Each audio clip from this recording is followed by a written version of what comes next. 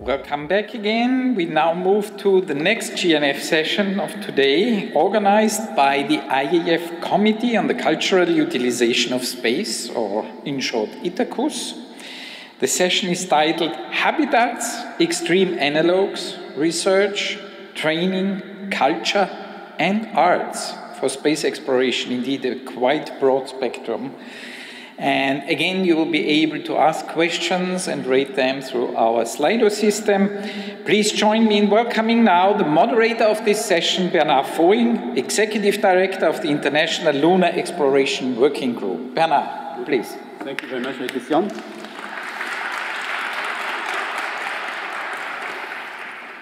Welcome to the Moon, Mars, and also places on Earth where we are going to prepare what we are going to do after this Artemis or after the International Lunar Research Station. And so today we have prepared a program about habitat, extreme analogues, research, training, culture, and art for space exploration. So in order to remember it, we put a little acronym, and you can say it forms like a heart. So we have a case for heart. And we have with us some august participants from all over these planets, let's say from all over the Earth-Moon system. So I am Bernard Vohing, so I have been moderating this group, but we have from the other side of the Earth, Hank Rogers, the CEO and founder of the International Moon-Based Alliance. We have also here with us our collaborator, Dr. Orlov from IBMP. We'll have also with us remotely Dr. Agata Kolodjecic from the Analogue Astronaut Training Center. And we have Professor Rossella Perrier, Jean-François Clairvoy, astronaut. And also we have Anna Snikova, a member of our ITACUS committee and Space Habitat Committee, but also she wants to install the first museum of art on the Moon. So I have a little presentation which is like a mini trailer of what we could see. If you want to put the presentation, yes. I have 2 minutes for that. Yes, the slideshow. Yeah. Next slide. Yeah. So just we are going to talk about habitat at Earth orbit, and I think we have some experts on this topic with our dear astronaut. We talk about habitat at Earth-Moon orbit, and that's a program that is prepared internationally. We have heard about the Artemis program. We have habitat with sustainable presence on the Moon. Moon Village International Lunar Research Station. So in order to prepare for those, and also for what will follow this first outpost in place by Artemis, as we have heard, we look at all these village activities and at different moon bases. But now we will also talk about how we have built already this base.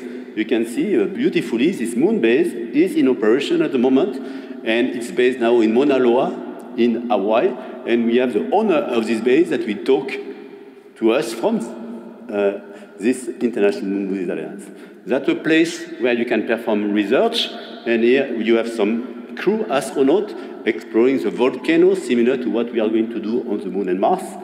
They do also their master research thesis, like the Apollo astronauts did on their time. And we have a series of so-called analog missions, places on Earth that are similar to the Moon and Mars, but also we'll hear about other analog preparation, analog to zero-G for the cruise to the Moon and Mars, or isolation campaign like we had for the IBMP or Mars 500.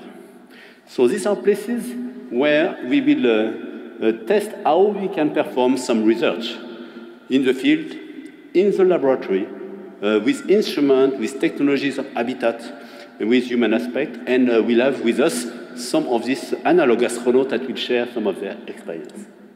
So some of the research you can perform is geochemistry with advanced instruments, and also you will perform extravehicular activities to learn about what you are going to research on the Moon and Mars. And I want also to advertise that this is a strong partnership with what we do with robotic means and with advanced telerobotics. And actually, we are preparing a campaign at the beginning of July in Etna, where we are going to deploy with some DLR colleagues some experiment testing what will be a robotic village on the moon. So, and then after we have employed this robotic system, we want to see how we can operate in partnership between humans, between rovers, landers, instruments. And here you see we have already reached the moon. And there are also other type of experiments where you see how you can perform in an isolated environment. You know, we have an extremely strong expertise in confinement and isolation after 1 year of pandemics. But yes, Dr. Payet will describe some recent experiments we have conducted in the Analogue Astronaut Training Center in Poland for that, with a great opportunity for training the next generation. And we are also looking at places a bit more remote. Here, this is a place between two continents, Iceland, both part of the American and the European continent, you see, on the Atlantic Rift. And this is a place where we are going to deploy some emergency shelter this year in a project in collaboration with the Human Mars, but also our colleagues from Canada.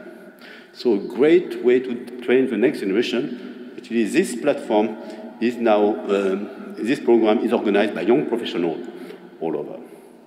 And so how can we train the next generation? We are trying to put together an Earth, Moon, Mars astronautics training academy where you can teach about analyzing data for space using AI, using multiple mission data, but also you will look at some practical training, and that's what we do with the Analogue Astronaut Training Center. Dr. Kalojecic will mention that.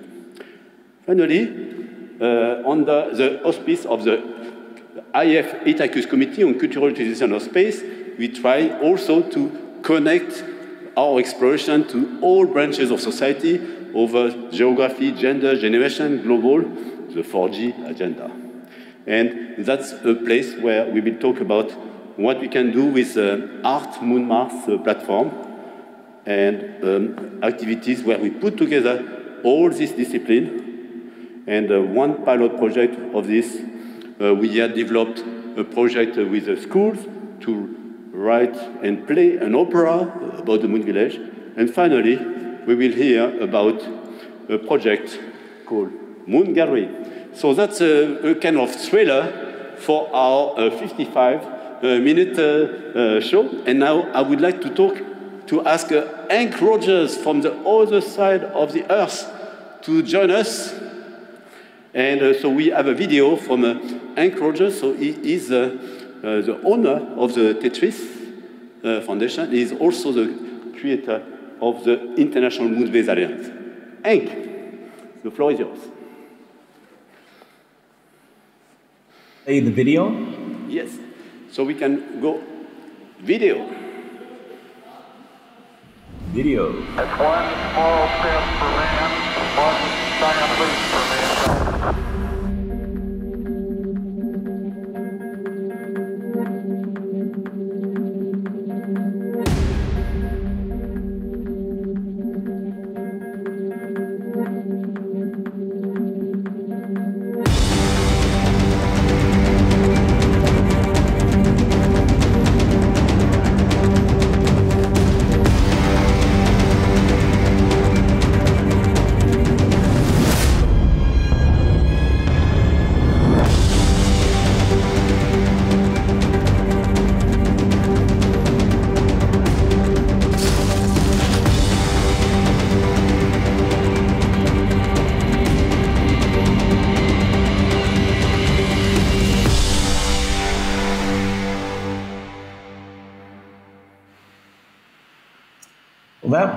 That was High Seas. The High Seas location is on Mauna Loa at elevation of 3,000 meters. It's built on a 150-year-old lava flow. And the lava of Hawaii is 96% the same as the regolith of the moon.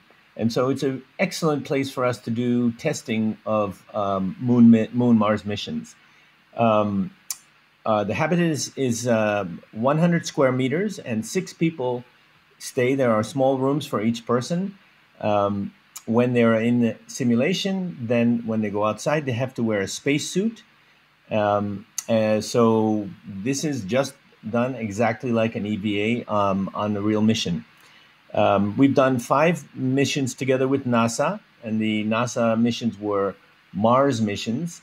Duration of these missions were 4 months, 4 months, 8 months, 12 months, and 8 months. When we are on a Mars mission, we delay the signal of communication by 20 minutes each way to simulate Mars being on the other side of the sun. More recently, we have pivoted, and now we are doing moon missions. And the moon missions are done by the International Moon Base Alliance, and our missions are 1 to 2 weeks. And we've had crews from all over the world come to Hawaii and spend 1 to 2 weeks. The moon, of course, is a much simpler mission, and it's only 3-second lag.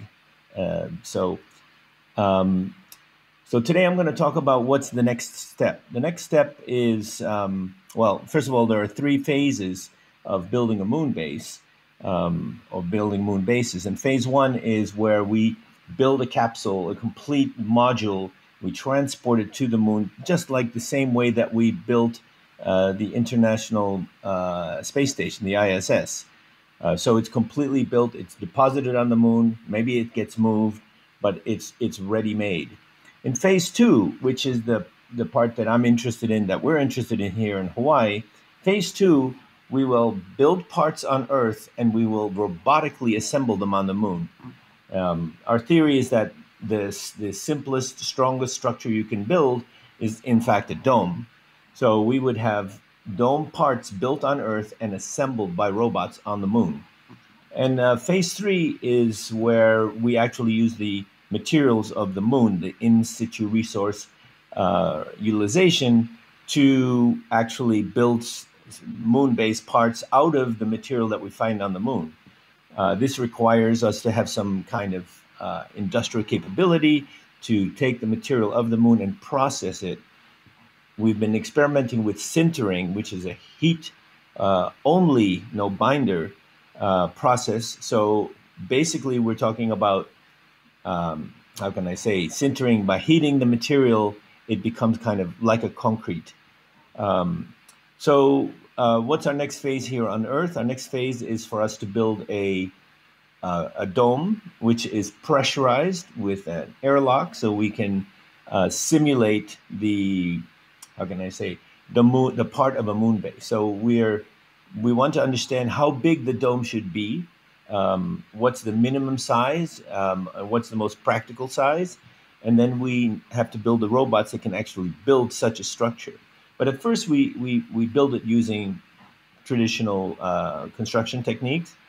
But the difference between the pressure on the inside and the outside of the dome should be the same as the difference in the pressure on the inside and the outside of a dome on the moon. So that means that when an astronaut leaves our dome, they have to go through an airlock, and the suit has to be pressurized as well. And when the astronaut leaves our dome, we plan to attach them to a, how can I say, a harness that's supported from above that simulates 1/6 gravity. So we will have a practice of the movement of the moon. Our plan is to change daytime and nighttime, which means that the EVAs only happen at night, because on the moon, we don't have an atmosphere. We don't see daytime. We only see nighttime. We see the stars. And then to simulate the sun, we will use a very bright light, a searchlight above the horizon, and that will simulate the sun at the North Pole or the South Pole of the moon, which is where we think the first moon base will be built. So our next phase is we are looking for land. something like 1,000 acres. We plan to create a testing facility where countries or space agencies or space companies can test building prototypes. So we will take the lava rock, first of all, we'll take the lava rock and create a lunar surface. But we'd be careful because there are lava tubes everywhere to not disturb the lava tubes so that we can practice building inside of lava tubes. Welcome to Hawaii. Come to visit. You can send your people who want to become astronauts or want to try going to the moon, and they can go through the training. Hawaii is waiting for you. Thank you very much.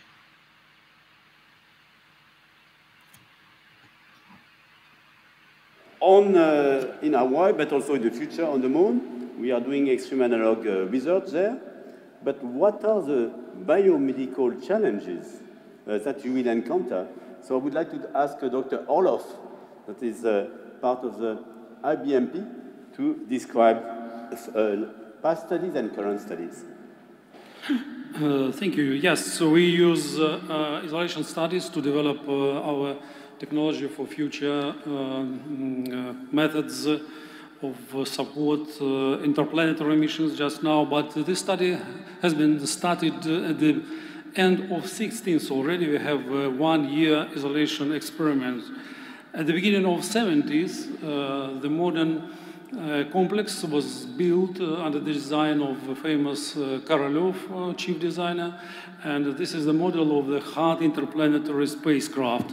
And the more or less regular investigation starts still this year. Many of them depend with some international cooperation and understanding how people of different cultures, different nations with different experience can live and work together, which is very important for future long-duration missions. One example is the Sphinx experiment, which was organized as a preliminary step for future work on the board of the International Space Station. And this experiment, 21 volunteers participated from Russia, Germany, Canada, France, and Japan. It was a very interesting program. Then you well-known Mars 500 program, which received a special award of International Academy of Astronautics as the best project made by an international group of specialists. And now we work in the framework of Sirius program, which is organized by our institute, and Human Research Program NASA, with participation of European Space Agency, DLR, CNES, and many institutions and universities all over the world. And the main goal of this experiment to develop, to test technology for future interplanetary missions. So we already spent some isolation study. We are going to start an 8 months isolation study this November, and after that, 1 year isolation study is under the planning. In future, we hope that we'll start to work on the board of International Space Station, utilizing the ISS as an analog for testing and develop those methods which can be developed in the isolation study as a next step. And you know that this question is under discussion, and tomorrow morning you heard some opinion on this item on the round tables. And we can use our isolation facilities to develop technology for a planetary base support methodology. Because of word art in our framework of our round table, I try to understand how can be art comparable with this serious scientific word. But I understand that it's many points of common interest. First of all, some technologies which are developed for future interplanetary missions, they use approach of art instruments and use art instruments in this realization. For example, virtual reality, which we use for modeling situation for our volunteers, for training volunteers, and we develop such technology for psychology maintenance of International Space Station crew members. That's one of our examples. Second one is that our volunteers in such conditions, they need some art as a realization of their psychological interests, as a part of their psychological behavior in such conditions. In one experiment, our volunteers organized jazz band and played good music, and we are hearing and fond of this music. In another experiment, our volunteers were very successfully interested and make a practice in Chinese art and hieroglyphy, painting, and so on and so on. Third, maybe, it's I think that people sitting in this hall understand me quite well, that planning and management of such experiment is a sort of art. And it's a very interesting job, which is very, as an art, it's put a great positive emotions to those who deal with this. And fourth, working in this field, we should look at the science activity as from the art point of view, and the point person, scientists, and science is a good reason for art. For example, our press group in our experiment has a good experience to make a series of photos and videos, materials on the matter of science, scientists and science.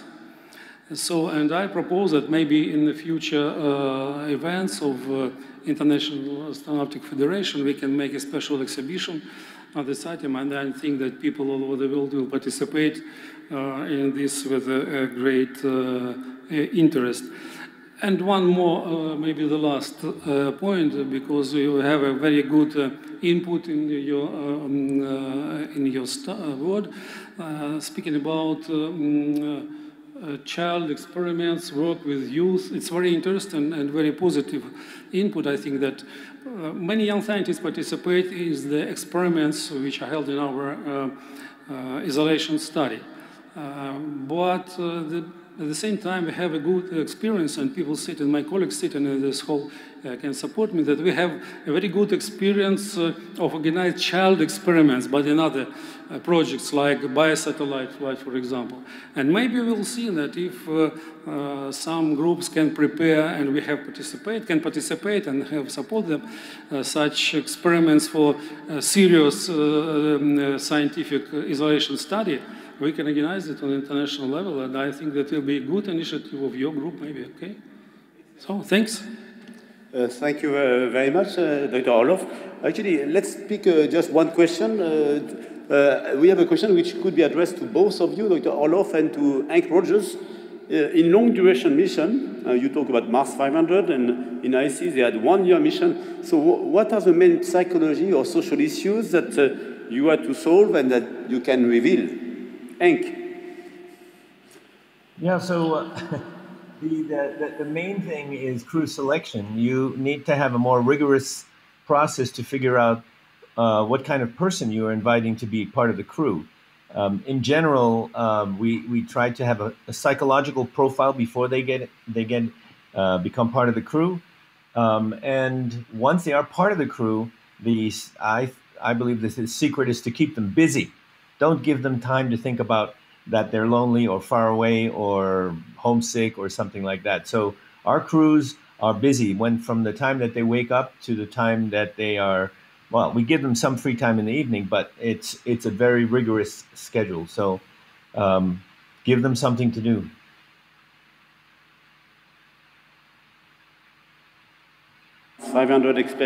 Experience, what are issues that can appear for long-duration mission?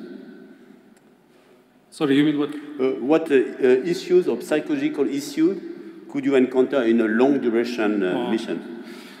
Psychology problem is one of the main problems which can be investigated in isolation condition. Isolation model is very useful for psychological studies, for ecology studies, hydrogen studies, logistic studies, biopsychology is one of the main issues of this.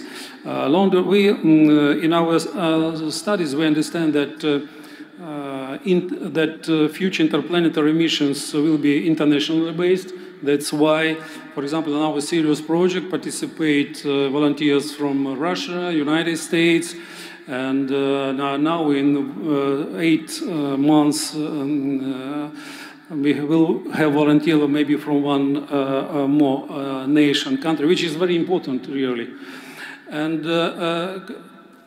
selection of such volunteers is a very serious problem because we have some restrictions, of course, to select volunteers for such investigation, for such serious programs. But at the same time, they have a medical selection, of course, and we have psychological selections. And people should have 2 language-based experience, Russian and English. But we invite people from all over the world to participate in such experiments. It's very interesting. By the way, we work now not only in isolation study in our institute. We restart our activity in Antarctica study.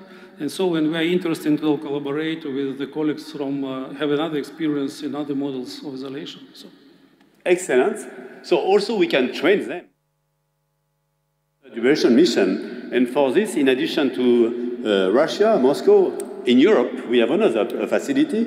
That's the Analogue Astronaut Training Center, where we have Dr. Agata Koljetic, the scientific director of this facility, that is conducting a number of supporting experiments. So, Agata, how are you doing on your moon base?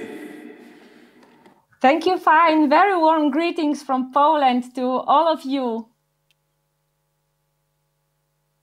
So, Agata, the floor is yours. If you want to describe what you do as an Analogue Astronaut Training Center, that's in Poland, but when you are there, you are almost on the moon.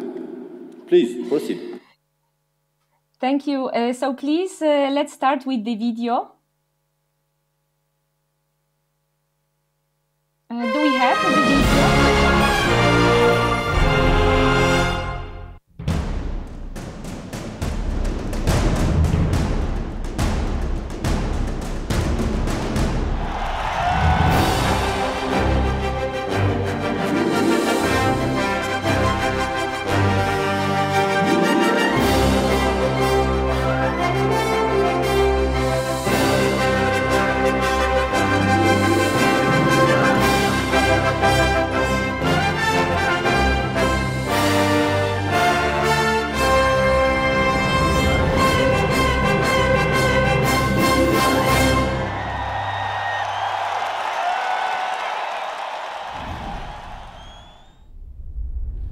We have a big crowd in the Duma. And so, Agata, so anything else you want to tell us about what you do at the Analogue Astronaut Training Center and what's the purpose? And yes, what result did you obtain? What did we learn? Of course. So, our goal, why we set up the Analogue Astronaut Training Center, is the spirit of new space. So, to bringing space to humans, to people living on planet. And this is our main goal, to train new intellectual elites and to make space in practice. Exactly. This is the first slide. So why we developed this training center? It's because we, first of all, we wanted to run our experiments considering neuroscience. Because my background is neuroscience, and I'm especially interested in subjective time perception, in time illusions in the brain. So in order to create the proper experimental setup on humans, we need to develop a proper laboratory that could handle all stable parameters, and that the missions, the experiments, so-called, they can be comparable. And that is why we created in Poland actually 2 bases.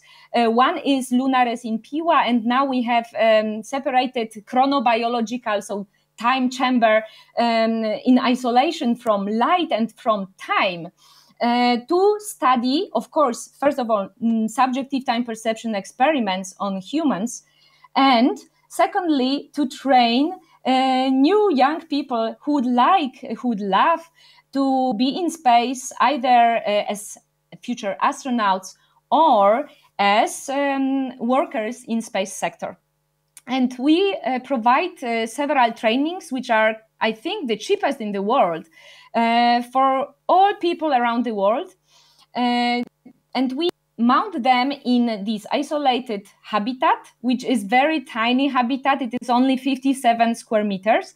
Here you can see already performed missions. These photos with people, these are missions that we already performed in the habitat. And then you see the next slots, the upcoming missions already. Some of them, they have the mission patches, the logos, the all mission manuals. And the last in this year, they are still waiting for development. But as you can see, we are kind of active. We started our activity in 2016, and now we rapidly increase, and we meet larger and larger interest in young people, in scientists, in engineers, and in even space companies. Please, next slide. Yes, so what we are doing, again, I will come up with neuroscience. We are very much interested in people, maybe not in technologies. Of course, we develop several technologies inside the habitat, but we are mostly focused on people, on training them, and on realizing their master's, engineer, doctoral thesis. So they come here to realize their projects, and we provide them the space, we provide them the environment proper to enable their research. So this is a different approach that we are not, of course, we are running our experiments, but we invite people to run their own experiments on board. And because we are very flexible, like water, we put on creativity. Next slide, please. Also, our specialization is simulation. We design different types of simulations. For example, a simulation of time illusion. So we are inducing complete illusion of time in our analog astronauts, and we observe their behavior. Next slide, please. Another important thing what we are doing is to mount people in a real danger. Of course, still it is safe and it is fully controlled environment, but we are not cheating. So all simulations that we run, we try to make them as natural, as real as possible. Thank you. Next slide. Very important thing what we are doing, and I think until now, no one has done this in the world. We want to standardize our missions. Why? Simply because we want to make comparisons between one mission to another mission in order to gain the statistical power of several experiments running on as wide and diverse group of people as possible. So we don't want only to see the behavior of the best people, the most healthy people, the most psychologically prepared people. We want to screen all population of humans in order to understand how humans, the whole population, can live on the moon or on Mars. Because I assume that we will, in the future, we will go all together, not only the selected, artificially selected people, but whole population. And here you can see some evaluation parameters. So during each mission, we collect the same data. So here you can see average age of the crew, number of analog astronauts, water used during the whole mission, balance of water to urine, wastes, wet wipes, which were used during the total mission time. Of course, we have the similar diet, so we can compare one crew to another crew. And then we can compare sport activity, motivation, for example, as a distance on the treadmill, distance ran or walked, burnt calories. We can compare photos, the attitude of crew to the products that they made during the mission. Then we compute number of experiments started, number of completed experiments and terminated. We try to analyze why they were terminated, what was wrong, or what we can improve for the future. Time is flying, Agatha. Number of quality. Yeah, time is flying with you. I would like to thank you. Agatha, so you see a great place to learn, do research, learn about how to influence future habitat, but also a great place for training. And we have with us Professor Roxana Perrier from IPSA, and you can share your experience of project training. Hello, everyone. Allow me to pay another tribute. We're here at GLEX to pay tribute to the first man that was sent to space, Yuri Gagarin, and today I'm talking to this global space exploration on the day of the anniversary of the first woman who went to space, Valentina Tereshkova. So it's a great honor to talk today. So talking about how to train future generation and how to get to this kind of analog astronaut training centers. Next slide, please. IPSA is Institut Polytechnique de Sciences Avancées, an air and space engineering school who was in France, creating in '61, so another very close link to the space exploration. Next slide, please. We have an international collaboration. Next slide, please. But we encourage our students ever since their first and second preparatory classes to get involved in projects. So we're project-based learning. They get involved in a 1 to 2 year long project, like IPSA Students Blog, or how to build a wind tunnel for digital experiments, a glider simulator. Next slide, please.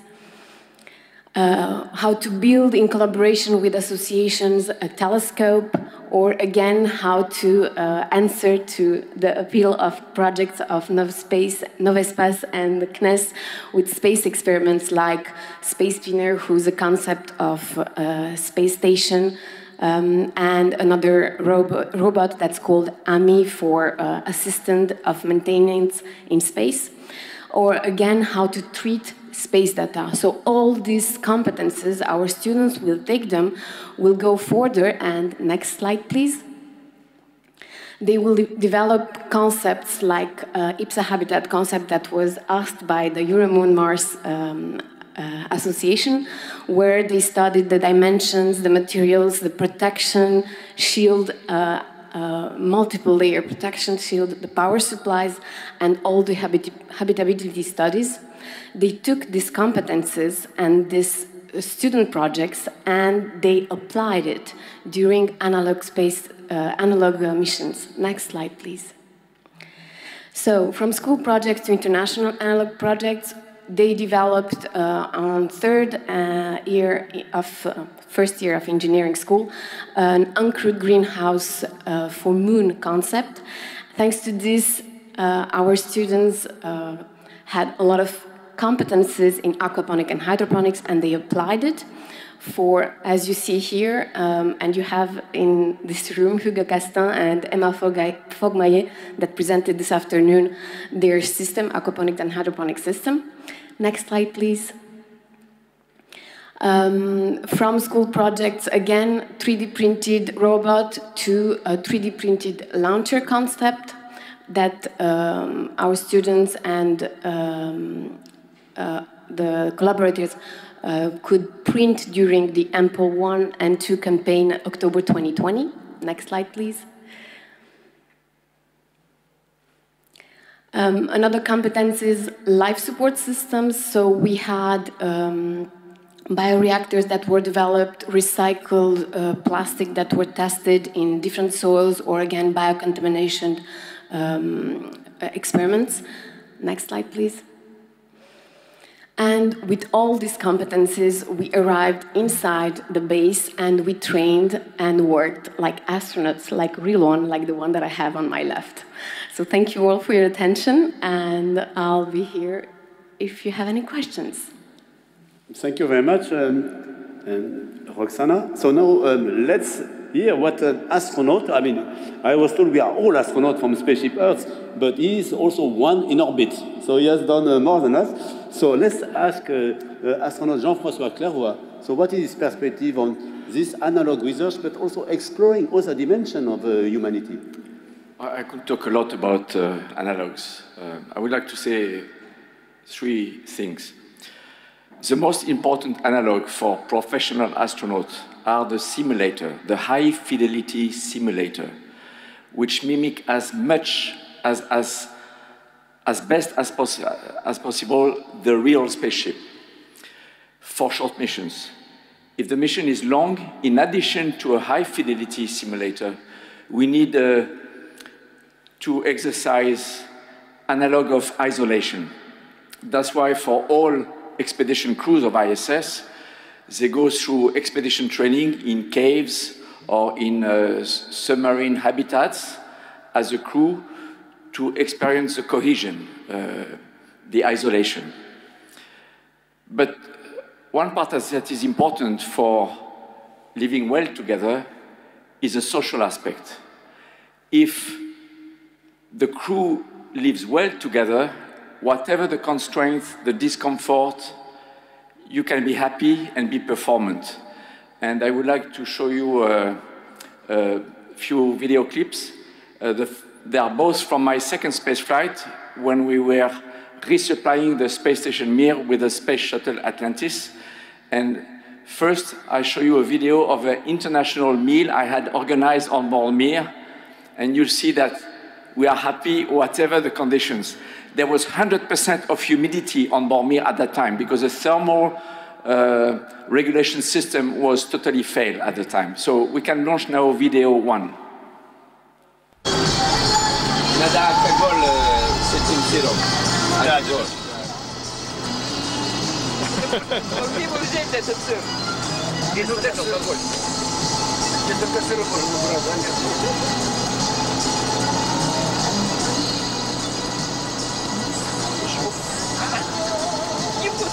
Я не распробовал. Невкусный. Не понял, d'aller Marie-Hélène, tu vois, les astronautes aiment beaucoup ton fromage dans l'espace. Yeah, I was talking about goat cheese made by my sister we took on board Mir. And it's normally forbidden, but we drank half a liter of cognac, 10 of us over 5 days. That's okay, right? You know, when we put the straw in the bottle. But even if the environment is even more constrained from a volume point of view, we can have fun. So we can launch video 2 now. That's good. Anyone else did? We got 5 more minutes. We have to go to work. I didn't want to all the kids in the air. Hey, all together. Like all together. From just this end. Let's go. Billy Bob, we got 6 scenes of the video for you to do. Charlie, no more. Yeah. And then go here, from here. From here. Oh. The space shuttle. You can do this only in space. Be careful. Come here. All along the tunnel. Our faces. Yeah. Oh, one big blob going through. Yeah, like we're stuck. Turn around. Can we get those many people in here? Yeah, We should swim down like square. Yeah, how many more do we need? Everyone's going to be the top. Move forward a little bit, we got a little more room. Hey, it's right in the middle. We got room up top. Stick on the wall. Oh, no, even here. Top 90. Yeah, we got to go off. All right.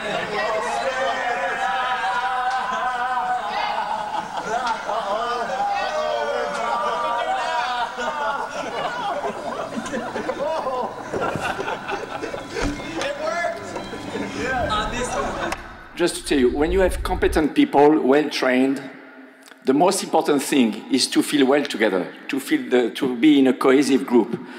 Now, about analogues. When analogues are very high quality, there is a business for tourism. Because people who cannot afford to go to space will pay to live in the same analogues where actual astronauts train. And you know, the commercial branch of the French Space Agency, owner and operator of the Airbus Air0G, which I founded more than 30 years ago, is like a microgravity, real microgravity, not a simulation, microgravity laboratory for research, but sometimes it is privatized by private customers, and I will show you an incredible video where a German private company making big concerts in very strange conditions, they ask us, could we make a nightclub in your Air0G aircraft? And this is what you get. Video 3. We are in flight right now. 20 seconds.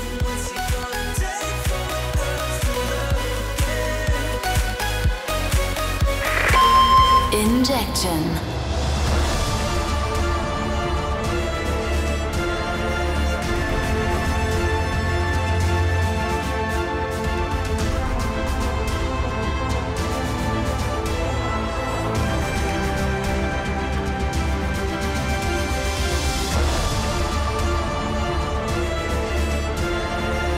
Yeah, we can stop the video. So just to tell you, there is also a demand, a growing demand for non-professional, non-passionate people with space as far as work or inspiration by exploration. But there are people who want to exercise astronaut-like conditions in Analogues. Thank you for your attention. I just wanted you to be with us in weightlessness. Thank you, Jean-François. Yes, so we have everything, architect, medical doctor, teachers, and we want also to see, you work hard and party hard, it looks like, but what else can we bring? And what is the role of culture and art? So, Anna Sidnikova. Thank you, Bernard. As humanity expands into the solar system, so will art. Already many satellites and space missions have carried artworks into space, but the Moon Gallery intends to set up the first permanent extraterrestrial museum displaying 100 artworks and artifacts on the surface of the Moon. But what is a gallery without an audience? Art is not simply marketable goods to hang on the walls. It is rather transformative dialogues to test human condition and in our quest to understand reality. The Moon Gallery is a symbolic gesture offering a moment of reflection on what culture means for our society. And of course, it is also a remote cache of artifacts for future humans to discover and enjoy. But how do you send 100 artworks to space? For that, maybe next slide, please.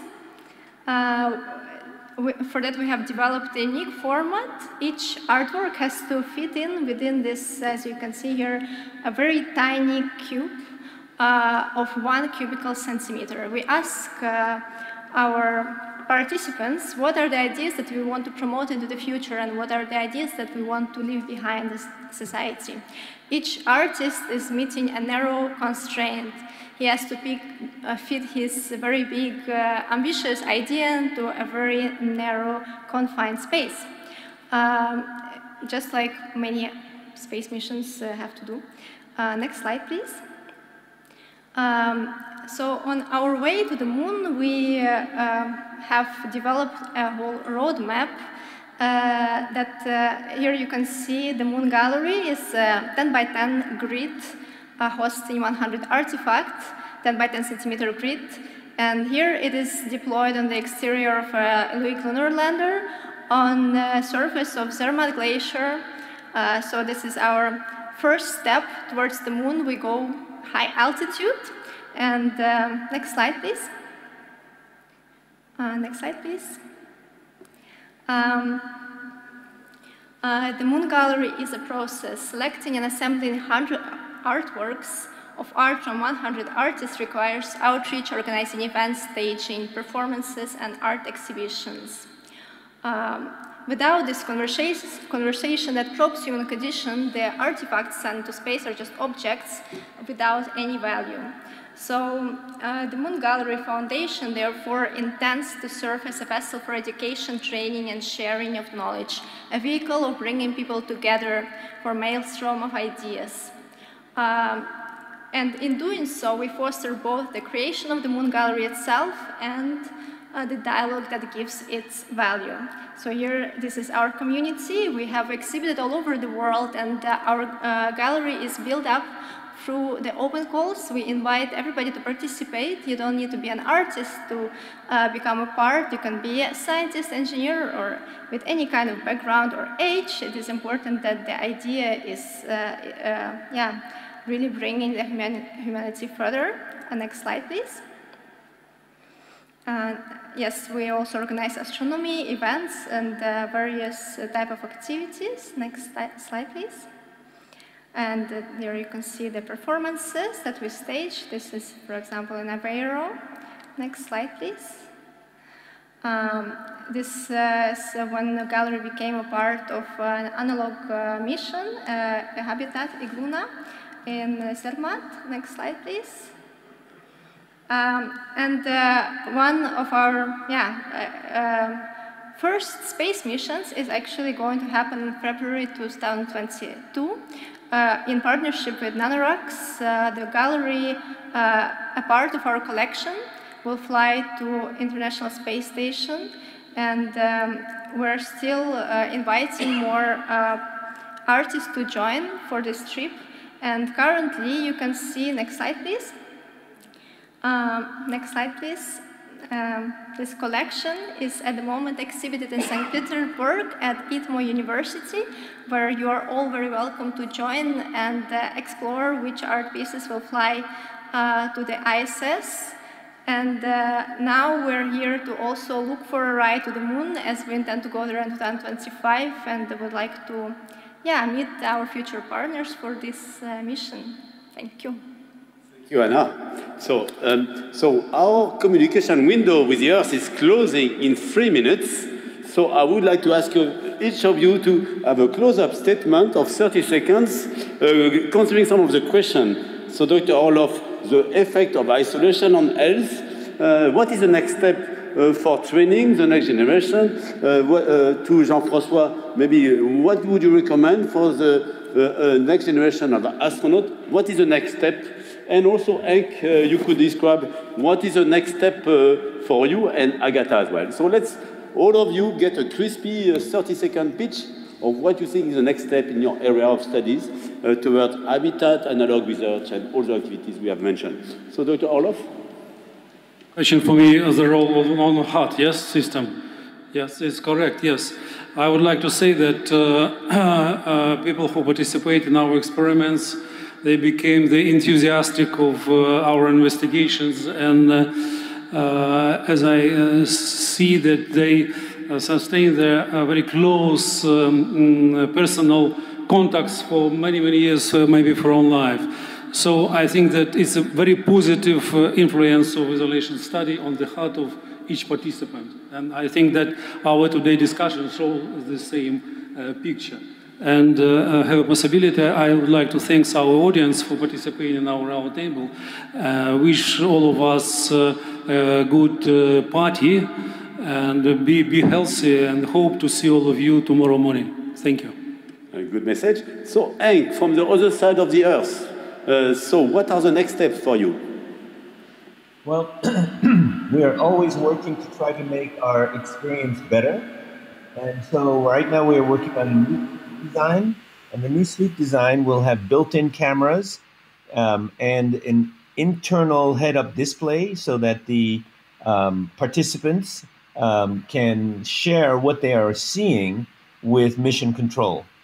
The other thing that we're working on is a LiDAR setup so that whatever the astronaut experiences, for example, in a lava tube, will be recorded as a 3D model and then can be simulated later in a virtual reality situation. So other people on Earth can actually experience what the astronaut has experienced at the time he is doing or she is doing an EVA, an extravehicular activity. So the more real it gets, the more interesting it gets. And that is our goal, is to make it so real that people actually forget that they're not on the moon. To ask Agatha Kolodziejczyk, so in the Analog Astronaut Training Center, what are the next steps for you? For this year, we will build a new habitat because we need more infrastructure. This will be 300 square meters habitat.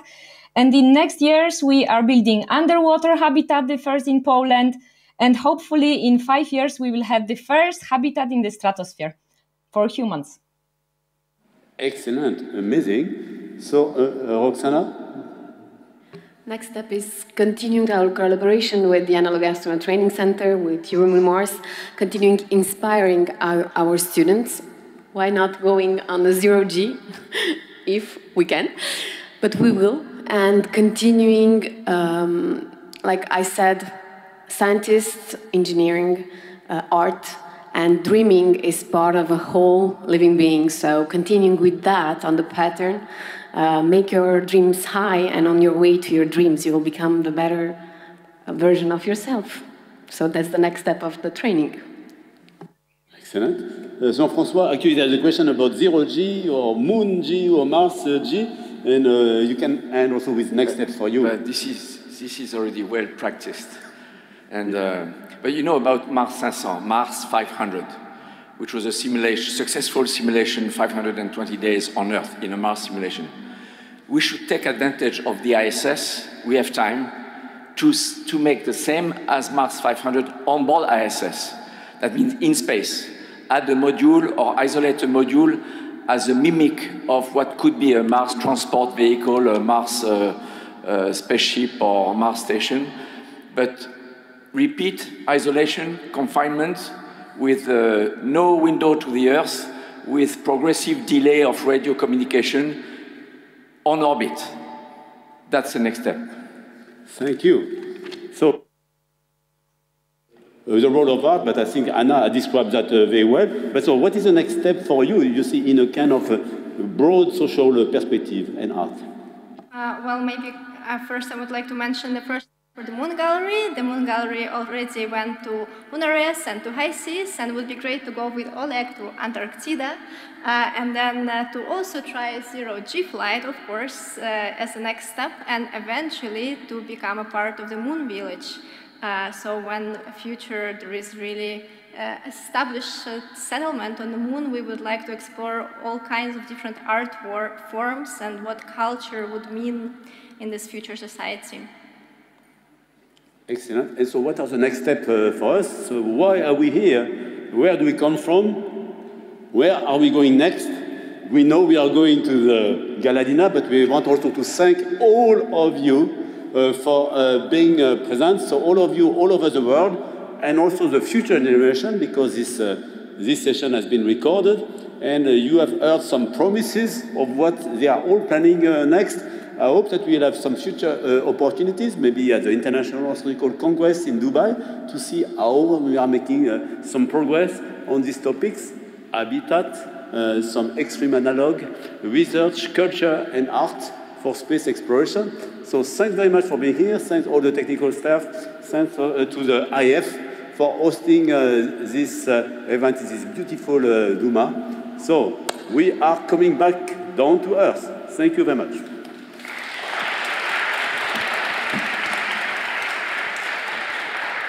Thank you very much, Bernard. I mean, this was a marathon task, a real challenge to put such a broad topic in 1 hour, but you did very well. Thank you very much, and thanks to the great speakers for this inspiring session.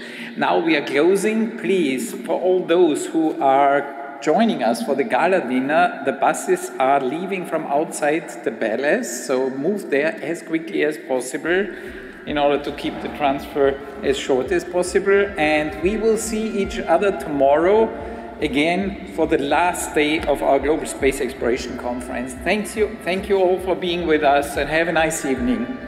Bye.